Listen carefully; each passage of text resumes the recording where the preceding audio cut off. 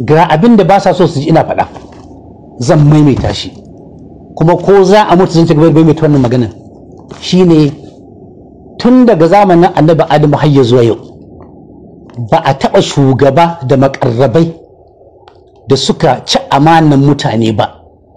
suka yaudari mutane suka ha'ince su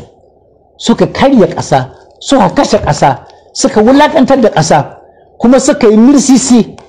irin gwamnatin Buhari da makarraban tun daga zamanin annabi Adamu har zuwa yau ba a taɓa zalima gwamnati irin gwamnatin Muhammadu Buhari ba. Wannan ina ƙara maimaitawa ne, ita ce maganar da ba a so, kuma wallahi ko za a mutu ko ina na samu dama sai na maimaita wannan maganar. Wannan maganar ba ƙarya ba ce ba,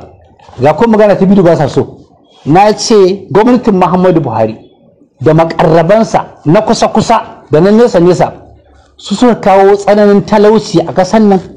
da yunwa da fatara, su suka kawo karayar arziki ta mutane 'yan kasuwa da manoma, su suka kawo ƙasar nan duk wani bala'i da muke ciki sanadiyar rashin iya makaman iya mulki na Buhari, wanda ya zo ya yi kuka ya yi bara ya yi takutuwa ya yi 'yan murya, mutane suka ba shi kuɗi, mu muka ba shi kuɗi, ni na ba shi kuɗi, da yawa kuka ba shi kuɗi, ya hau mulkin ya nuna mana cewa lallai shi Buhari ne da ake gama. Dama can an ce min wallahi mu yi hankali da shi, wallahi zai kame mu, shi yasa ake cewa Buhari na yaro ne bai san Buhari ba. Ni tun daga shekara biyu bayan ya hau mulki na ga ya kashe shekara biyu cewa PDP ta yi kaza, PDP ta ce mutum mun shiga uku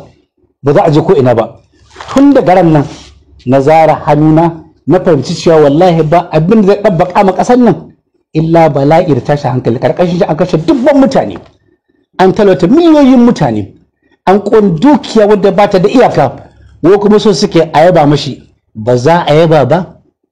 ba za a bari ba, ba za a fasa ba, ba za a fasa ba da cewa babban haɗarin da ya faɗa ba Najeriya wallahi shine Buhari. Haɗarin Buhari ya fi Ebola, ya fi HIV, ya fi COVID-19, ya fi tsunami haɗari.